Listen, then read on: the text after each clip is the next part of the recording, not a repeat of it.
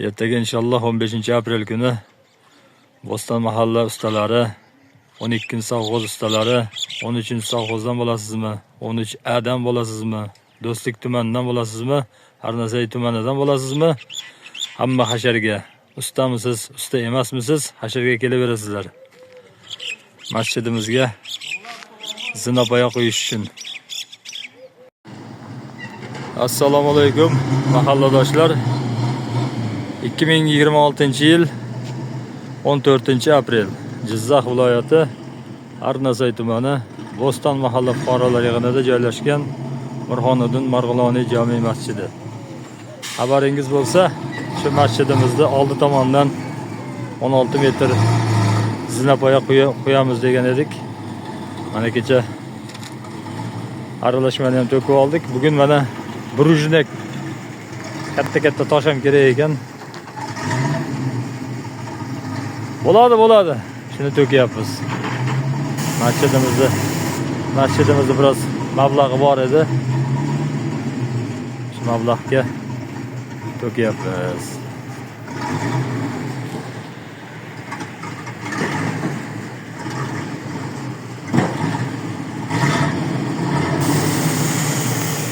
Kecha mana aralashmani to'kkan edik-da.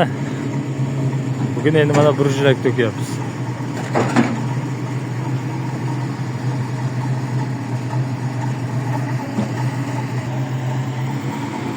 Mana to'kilish jarayoni. Brujnak deydimi, shunaqa deydi. Katta toshda, xullas g'idir tosh. Masjidimizga zinapoya qo'yish uchun orasiga tashlanib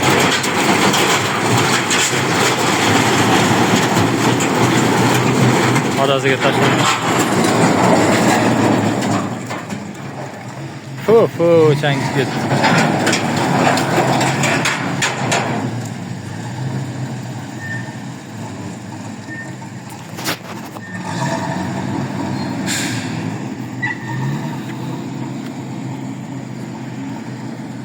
Anchagina ortib ketdi.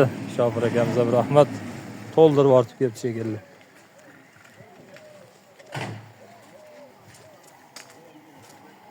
Yaxshi, Shofir aka. Yaxshi. Oralarni mayda demaysiz, oralariga. Mayda zinapoya ketaveradi, Shofir aka. Sog' bo'ling, Alloh rozi bo'lsin. Hozir.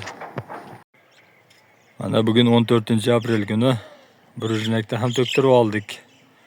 Bu katta toshimiz 850 ming so'm ekan. Ertaga inshaalloh 15-aprel kuni Bo'ston mahalla ustalari, 12-sovg'oz ustalari, 13-sovg'ozdan bo'lasizmi, 13A dan bo'lasizmi, Do'stlik tumanidan bo'lasizmi, Arnasay tumanidan bo'lasizmi? Hamma hasharga ustamisiz, usta emasmisiz, hasharga kelaverasizlar. Masjidimizga zinapoya qo'yish uchun.